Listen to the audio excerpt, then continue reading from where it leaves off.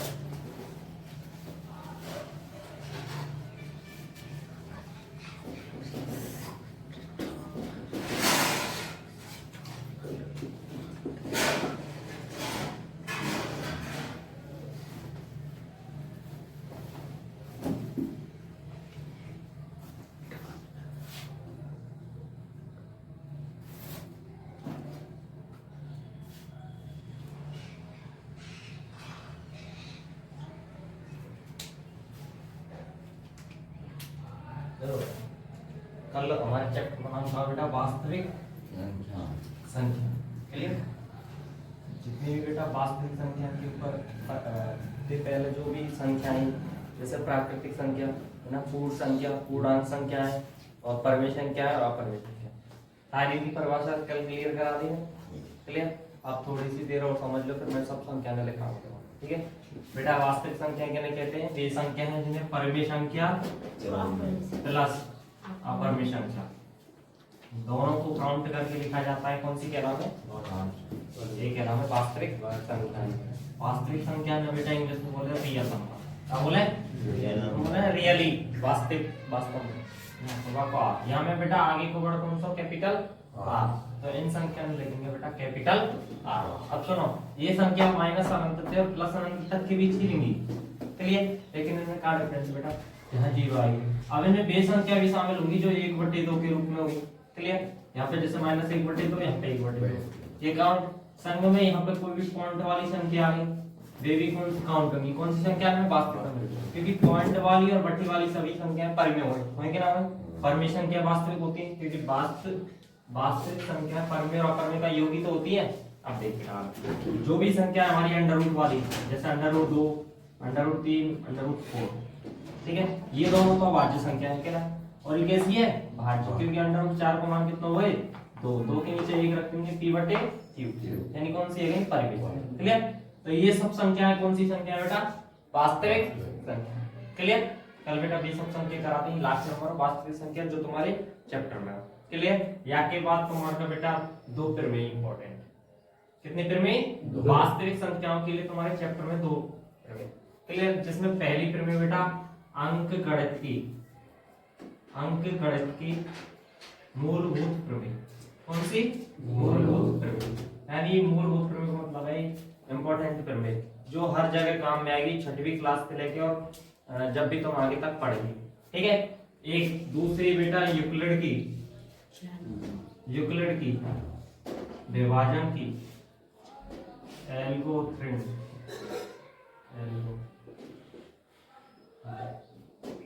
प्रमेय। बेटा ये 2 प्रमेय, एक तो यूक्लिड की विभाजन की प्रमेय और दूसरी अंकगणित की मूलभूत प्रमेय।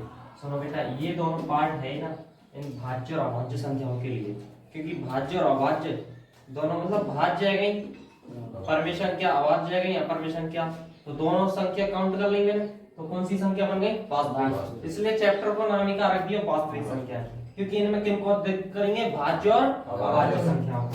तो बेटा इन दोनों के अंदर भाज्य और अभाज्य को अध्ययन करेंगे। ठीक है? तो जिनमें तुम निकालेंगे एचसीएफ और एलसीएम, निकालेंगे कि नहीं निकालेंगे बेटा? एलसीएम और एलसीएम ये बेटा मैं बात बताऊंगा जब चैप्टर फर्स्ट प्रश्न देंगे सवाल कराऊंगा एलसीएफ और एलसीएम। लेकिन क्लियर हमारी 2 प्रमेय। क्लियर? जिनमें हमें किनका अध्ययन करना है? भाज्य और अभाज्य संख्याओं का। क्लियर?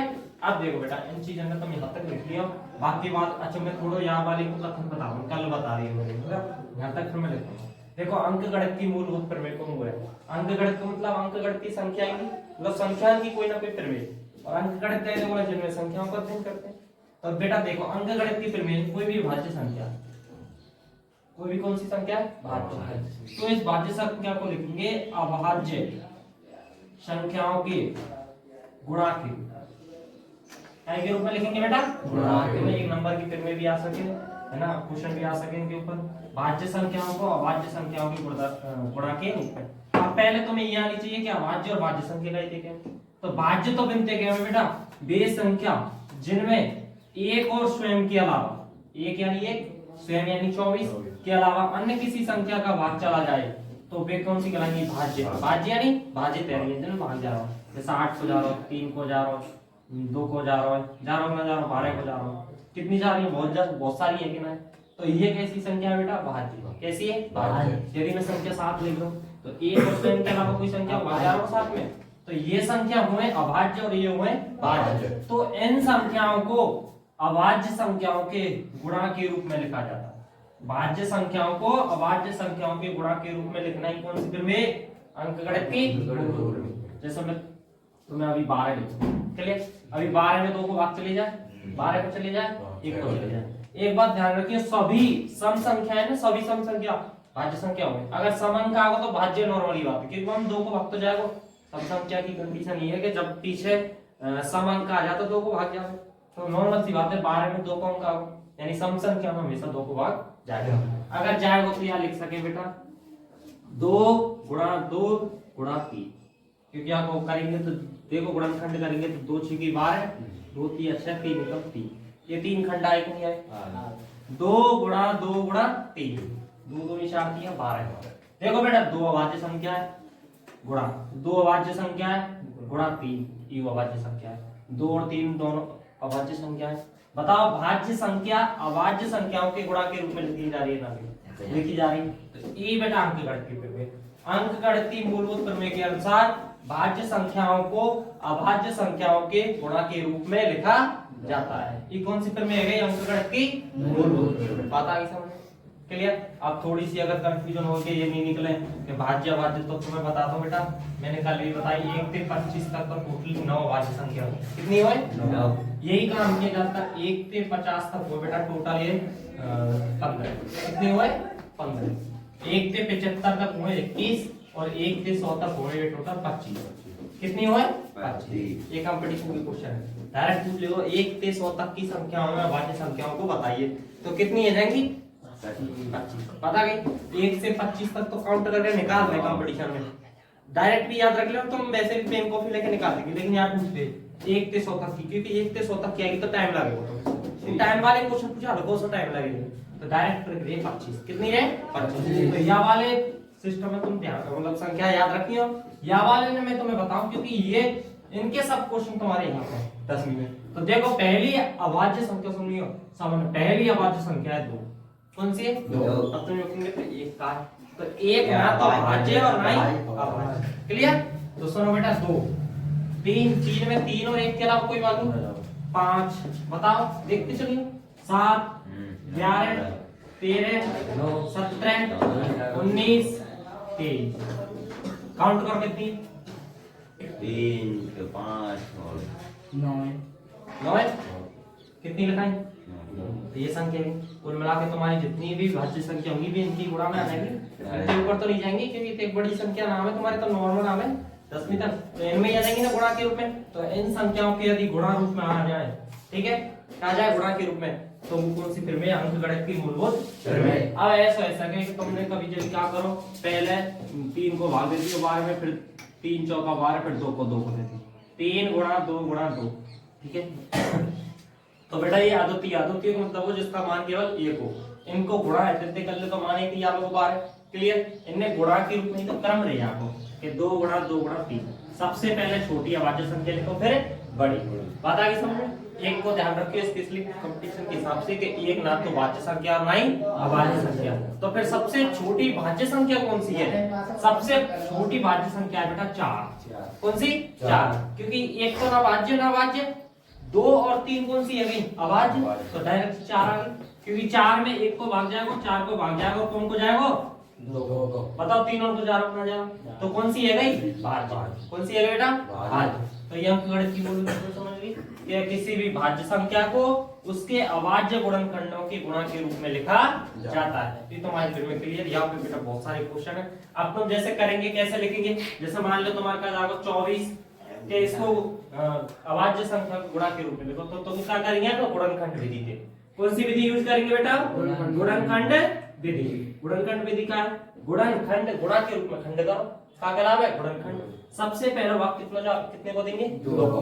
कितने को देंगे? 2 को। ये सब अभाज्य संख्या आएंगी इधर की साइड हमेशा। कौन सी संख्या आएंगी? अभाज्य, क्योंकि भाज्य संख्या में हमेशा अभाज्य संख्याओं को गुणा के रूप में लेंगे। ठीक है, 2 को भाग 2 एकम 2 दूनी 4 2 छिकी 2 तिया 3 एकम 3, तो 24 से लिखेंगे 2 गुणा 2 गुणा 2 गुणा 3। बताओ लिख दिए बना देंगे। ये बेटा इस प्रकार लिखना ही अंकगणित की मूलभूत प्रमेय कहलाती है। बात आ गई समझ में? कोई दिक्कत तो ना है भाई कहीं पे भी? ठीक है, चलो लिखो स्टार्ट करो। आवाज नहीं करो।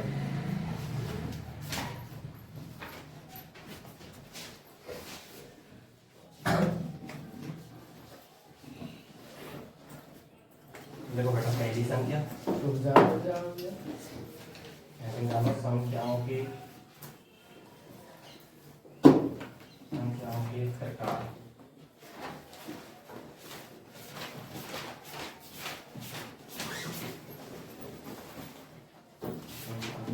पहली संख्या तुम्हारी प्राकृतिक संख्या।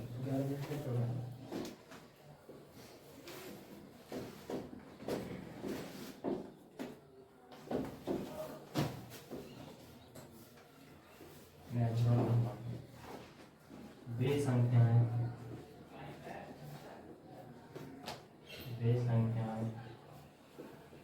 जो 1, 2, 3 डॉट के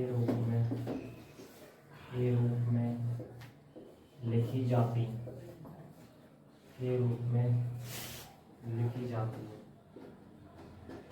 प्राकृतिक संख्या कहलाती है। प्राकृतिक संख्या कहलाती है। इसे कैपिटल एन से प्रदर्शित करते हैं। जैसे बेटा उदाहरण के रूप में एग्जाम्पल, जैसे 1, 2, 3 डॉट बराबर है।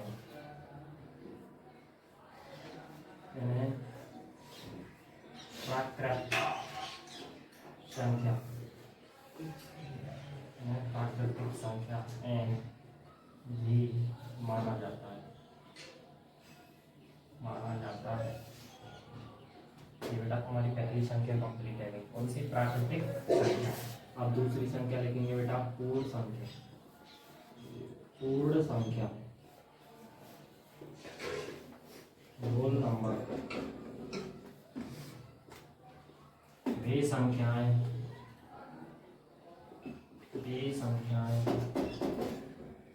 जो 0, 1, 2 डॉट के रूप में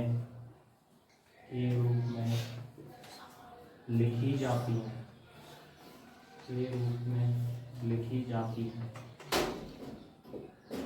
पूर्ण संख्याएं कहलाती हैं।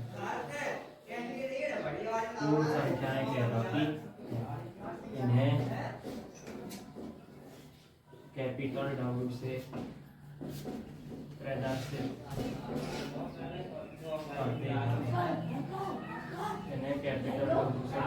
करते हैं। जैसे एग्जाम्पल के रूप में 0, 1, 2 डब्ल्यू। क्लियर बेटा?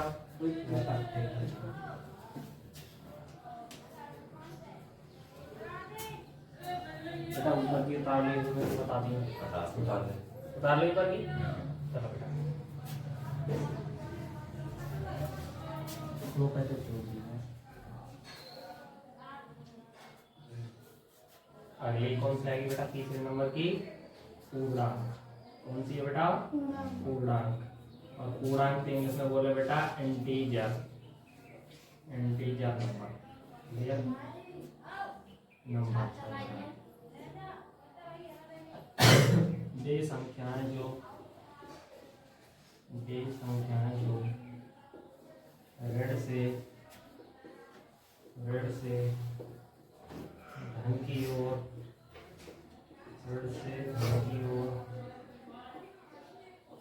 लिखी जाती है, ऋण से धन की ओर लिखी जाती है। पूर्णांक संख्याएं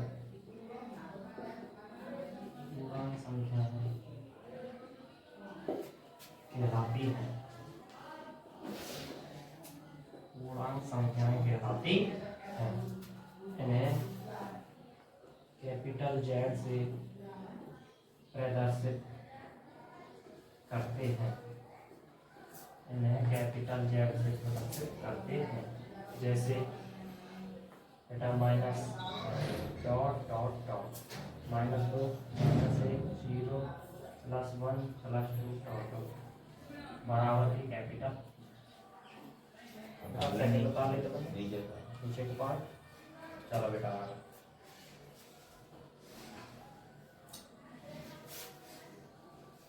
अगली बेटा चौथी संख्या कौन सी है तुम्हारी? परिमेय संख्या है।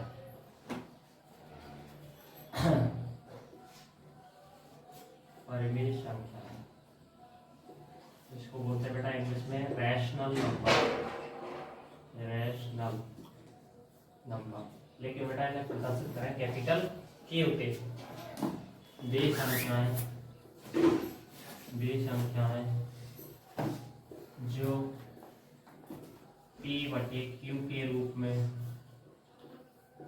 वे संख्याएं जो P/Q के रूप में लिखी जाती है, P/Q के रूप में लिखी जाती है। पर जहां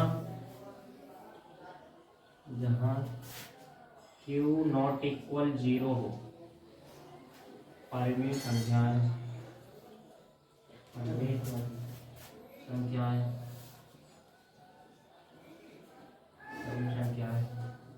कहलाती हैं, परिमेय संख्याएं कहलाती हैं। इन्हें कैपिटल Q से प्रदर्शित करते हैं, इन्हें कैपिटल Q से प्रदर्शित करते हैं।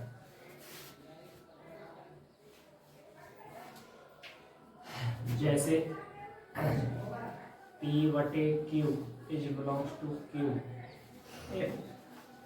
Q not equal 0। जैसे और उदाहरण के रूप में 2/3, 4/5, 0.5 और बेटा पकड़ √4 √9 इज बिलोंग्स टू Q।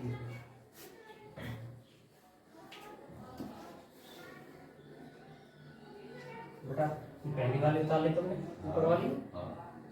चलो बेटा अगले पार्ट तुम्हारा अपरिमेय संख्या वाला।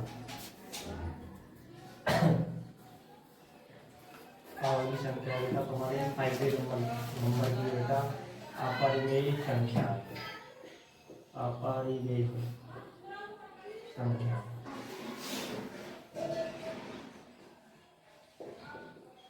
बेटा और उदाहरण लेंगे ना साथ में, तो लिखिए बेटा सभी, नोट में लिखिए यहाँ पर सभी भिन्न संख्याएं, सभी भिन्न दशमलव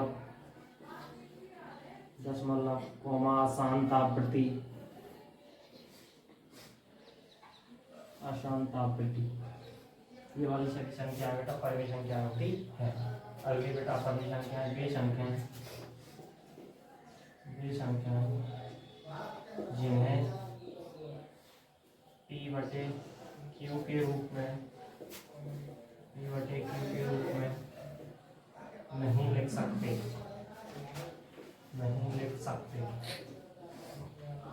P/Q के रूप में नहीं लिख सकते, अपरिमेय संख्याएं कहलाती हैं,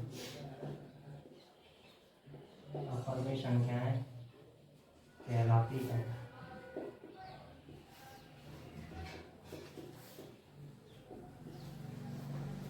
जैसे इन्हें कैपिटल I से प्रदर्शित करते हैं, कैपिटल आई से प्रदर्शित करते हैं। निकाली थोड़ी बहुत मैं तो कर ली बता दे सब बता दे। कैपिटल आई से प्रदर्शित करते हैं। जैसे बेटा ये स्पेस लिए अपर में संख्या जैसे पाई ए और अभाज्य संख्याओं के वर्गमूल, अभाज्य संख्याओं के वर्गमूल, अभाज्य संख्याओं के वर्गमूल, ये सभी संख्याएं बेटा अपर में संख्याएं होती है। ये बेटा तुम्हें याद रखनी सभी संख्याएं। और हमारी लास्ट संख्या स्टार्ट होगी, जो लास्ट नंबर है बेटा वास्तविक संख्या है, ठीक है। वही तुम्हारे बेटा चैप्टर का नाम है, क्लियर। वास्तविक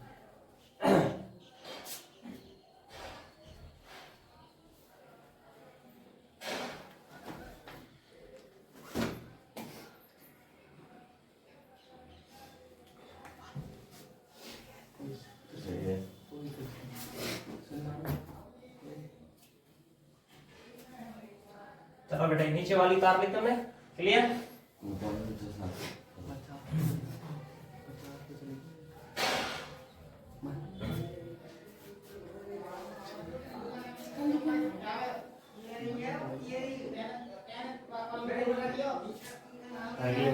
वास्तविक संख्या, ये तुम्हारे बेटे चैप्टर का नाम है, ठीक है। वास्तविक संख्या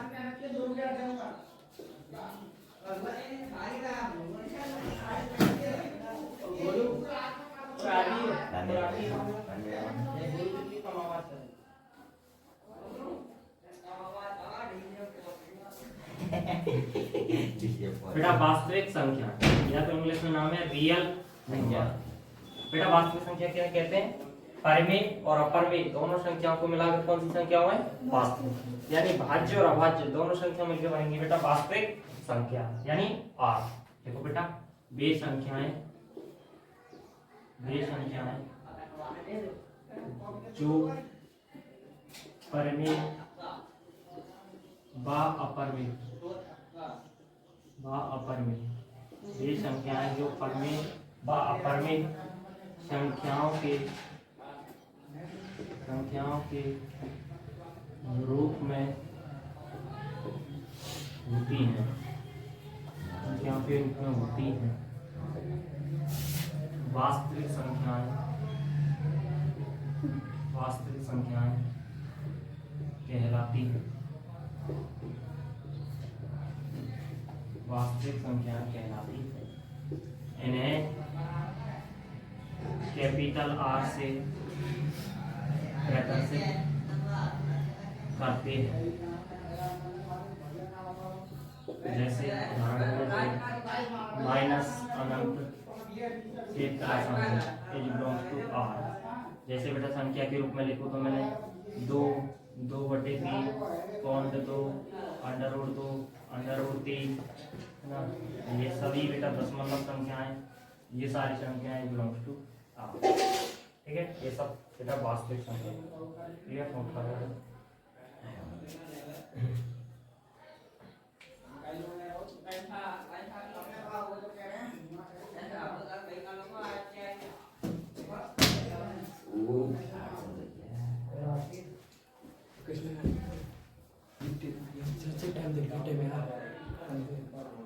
आध घंटा हुआ है भाई, 37 मिनट हो रहे 50 जाऊँ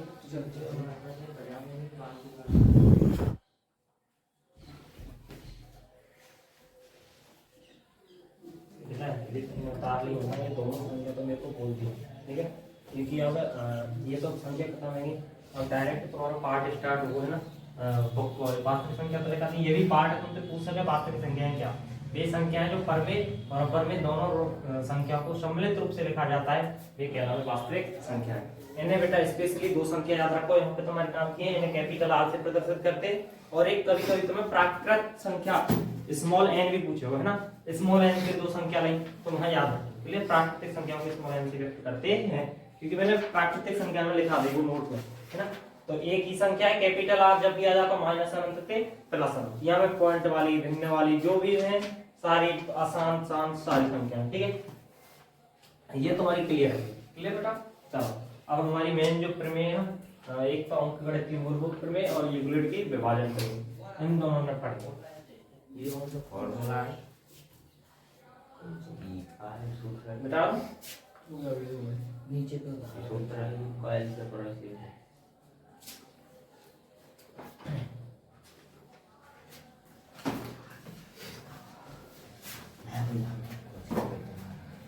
अब पढ़ेंगे बेटा इम्पोर्टेंट प्रमेय, अंकगणित की मूलभूत प्रमेय।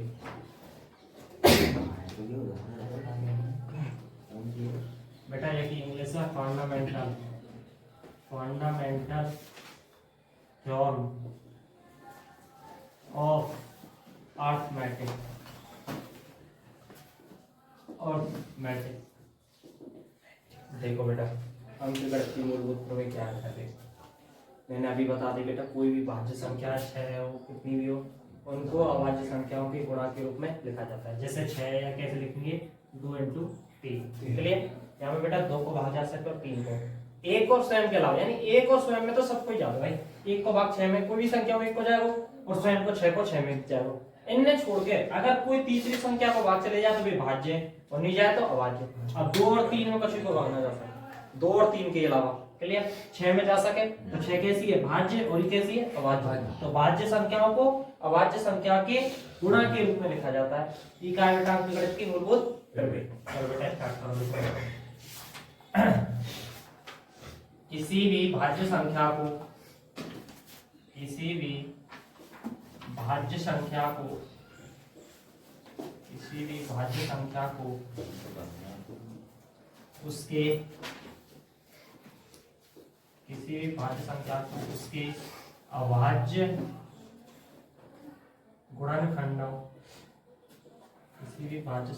उसके अभाज्य गुणनखंडों के रूप में लिखा जाता है।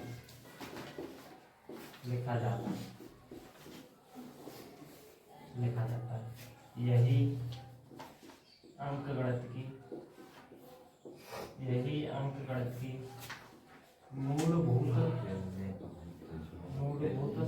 प्रमेय है। यही अंकगणित की मूलभूत प्रमेय। उदाहरण के रूप में तो मैं लिखता हूँ बेटा, निकालिए बेटा वास्तविक संख्या सब में।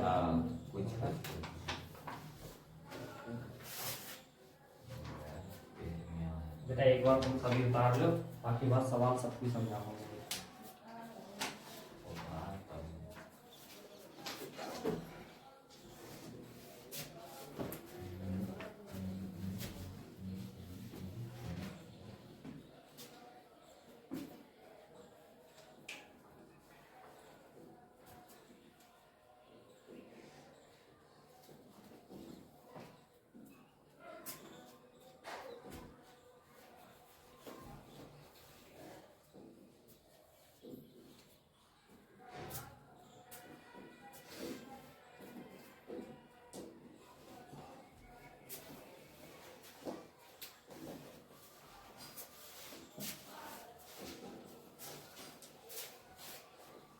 जल्दी बहस करो बेटा, टाइम लगा थोड़ा।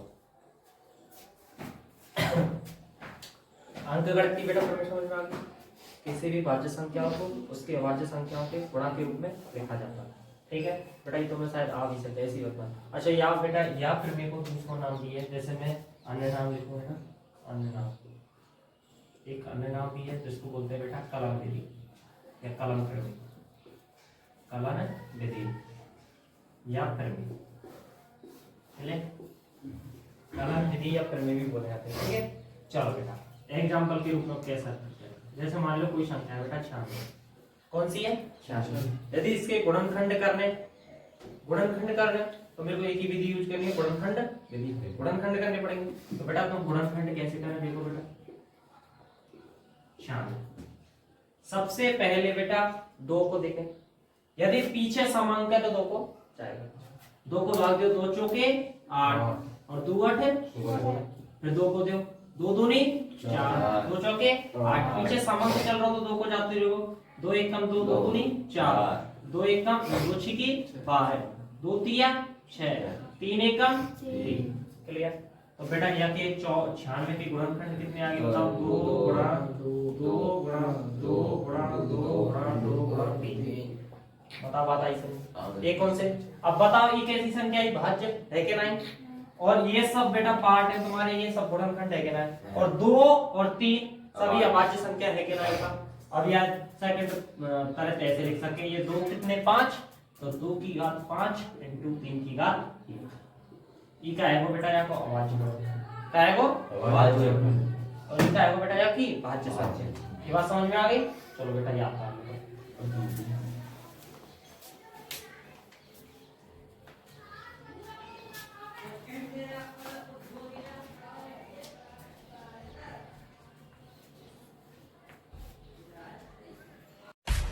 सब्सक्राइब कीजिए हमारे चैनल को और बेल आइकॉन को दबाइए हमारी लेटेस्ट वीडियो सबसे पहले देखने के लिए।